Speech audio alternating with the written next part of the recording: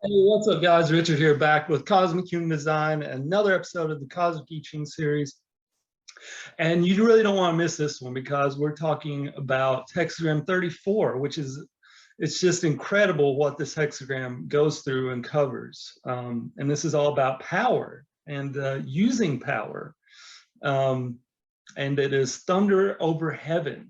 So very dramatic kind of hexagram here. I just think this hexagram is completely extraordinary what it goes through. So enjoy this, guys. The judgment, using power, holding back furthers. Here the message of the judgment is clear. Hold back from using power. The sage teaches that the cosmos does not use power, since power is outside the principles of harmony on which the cosmos is based. The cosmos operates only through a single force, the force of attraction between its complementary aspects. Power is among those false words that have no cosmic basis. It is, moreover, a complete deception to those who believe in using it, because it creates a fate by which the powerful deed returns in a circular motion to the person who has initiated it, bringing the harm he has done to something or someone back to himself. If he is not aware of this cosmic law, but judges the situation only by its outer appearance, he may falsely conclude that an adverse power outside of himself is at work in his life. So that's incredible. Power is one of those false words that have no cosmic basis. Wow. When we interfere with this circular motion, as in resisting the powerful deed outwardly, or trying to stop it through force, we become entangled with it, preventing the fate from completing its circle and creating a fate for ourselves.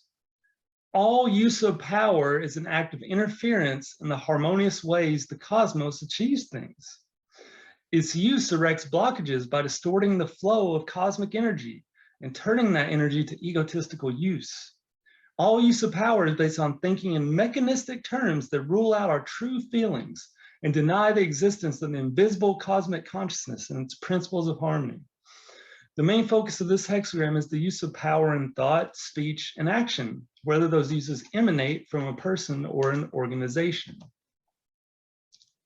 In terms of thought, the use of power may find a broad array of expressions, as in the following: contriving to arrive at a top by excluding others below, asserting an any means to an end approach, being hostile and judgmental, creating projections, spells, and poison arrows, becoming vindictive or vengeful, viewing things as mere objects and thus disregarding their feeling nature, presuming rights and privileges or positions of superiority and inferiority. In terms of speech, the use of power can include gossip, indulgence in idle curiosity, idle chatter, verbal pressure put on others to make things happen, insinuating remarks that throw a bad light on others, pronouncing judgments about the nature of things as good or evil, remarks that create projections, spells, and poison arrows, the use of the term higher power to intimidate people, instilling feelings of guilt or indebtedness.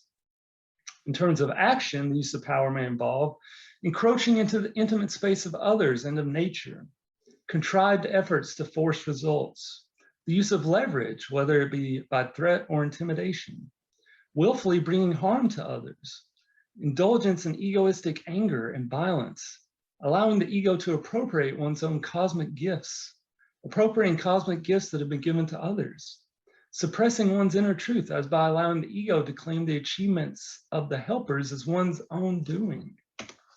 Another attitude that also needs to be recognized as the use of power is passive-aggressive behavior. This behavior may be found in people who, for example, in a cooperative living situation, fail to do their share, forcing others to cover their expenses or to keep things clean in order to have a normal living situation. Such behavior is an insidious use of power in that it affects people negatively through an arrogant insensitivity. The correct response to any use of power is to say the inner no to it. Of course, the inner no prevents our chi energy from being used by the ego and others. It has the correct function of awakening the offending person's true self to the fact that the ego in him is embarrassing his dignity. This hexagram informs us that the inner no is the only thing that has the ability to correct the use of power. The inner no is the only thing that has the ability to correct the use of power. Wow. Wow. Think power is so cool? Guess what? You can take it all away with a no, with the inner no. The kind of cosmic energy referred to in this hexagram, which has mistakenly been called power, has a different function from the chi energy or nourishing life force mentioned in hexagram 27, nourishment.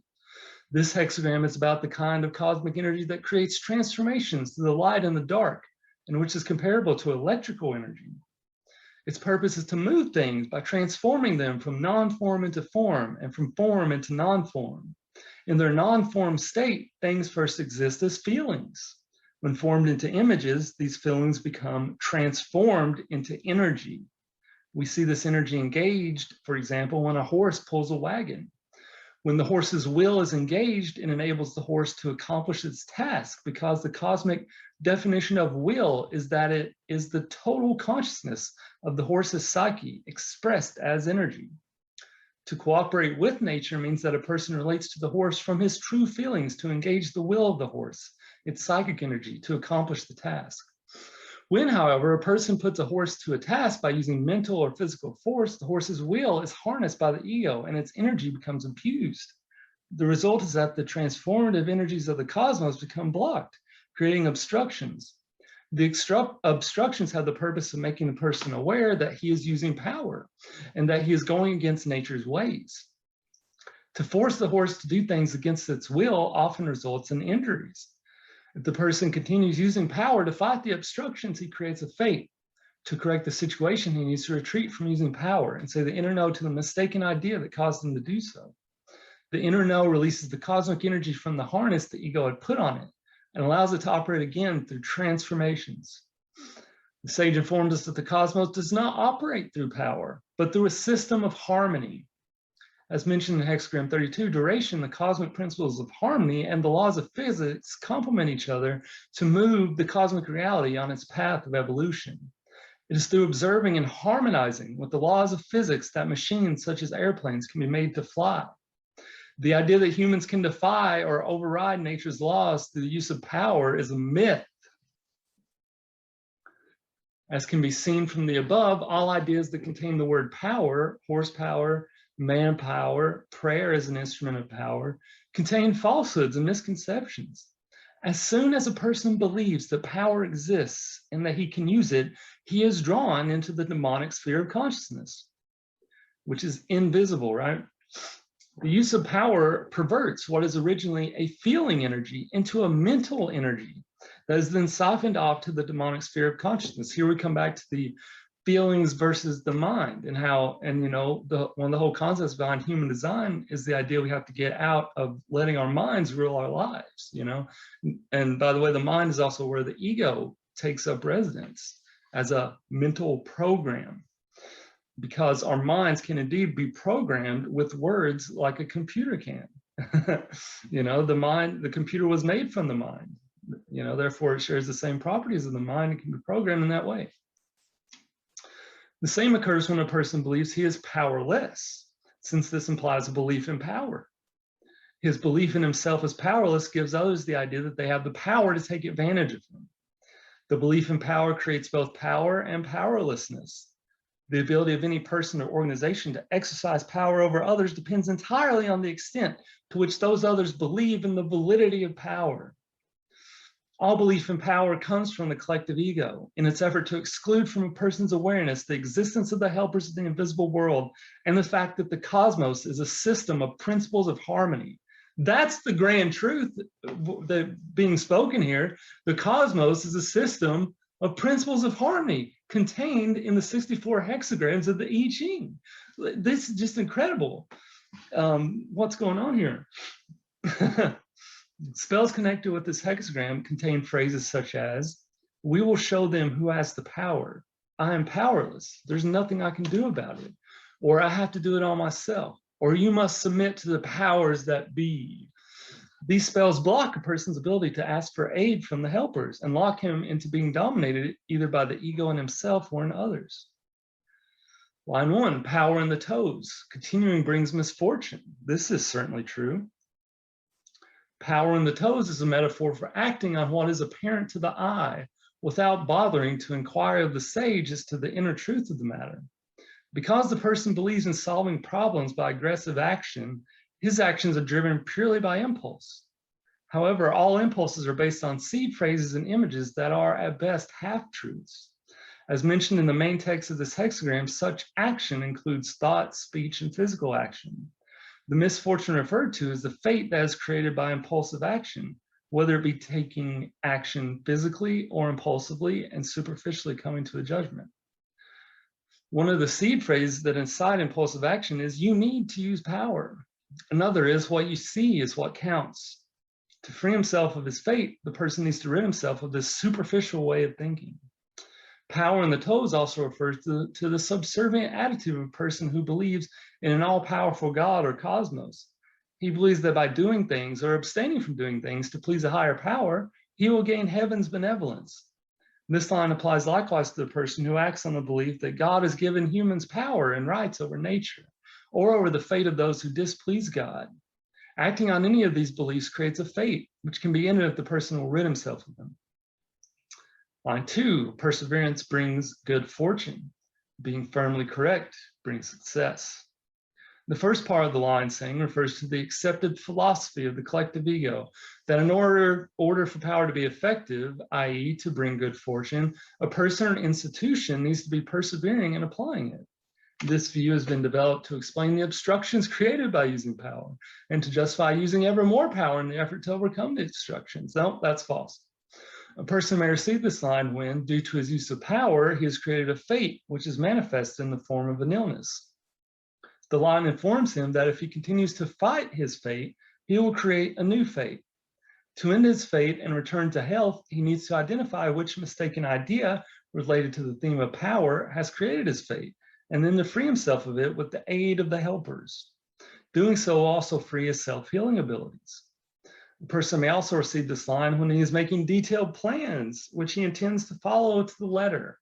A correct response is to first bring his motives and attitude into harmony with the cosmos by saying the inner no to any element in himself or his plan that either proposes the use of power or asserts that he is without help from the cosmos.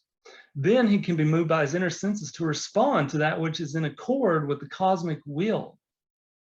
When a person aligns his will with the cosmic will, everything he undertakes succeeds and endures.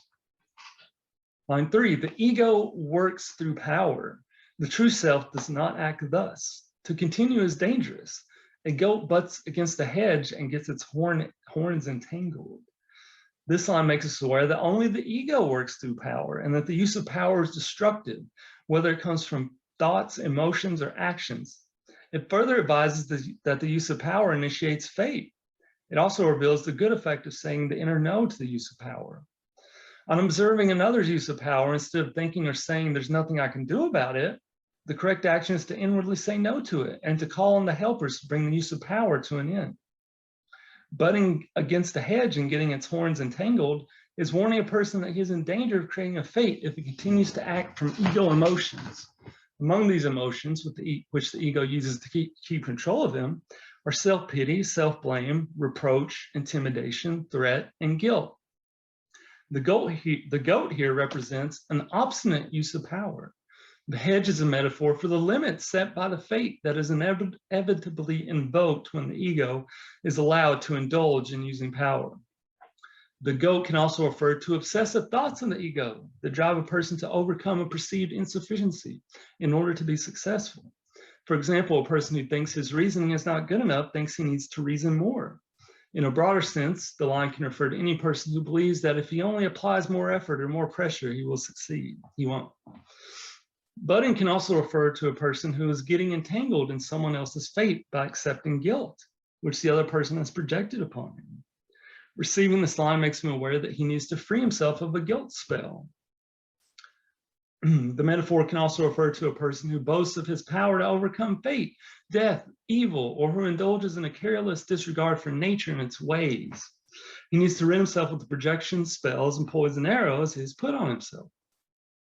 This line counsels that the person can get free of his fate if he identifies, with the help of the RTCM, the seed phrases and images that cause him to use power. And that's just it, guys. This is so simple and easy. How you can consult the I Ching to figure out what's going on in your life and where you need to go from here. You know, it's unbelievable. It's unbelievable.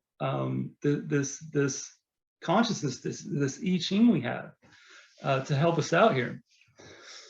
The reference to the goat in the sense of a scapegoat is to make a person aware of the destructive dynamic of the idea of guilt. The psyche cannot bear guilt because it is viewed as an inextinguishable stain. In his attempt to get rid of it, the person passes it on to something or someone else.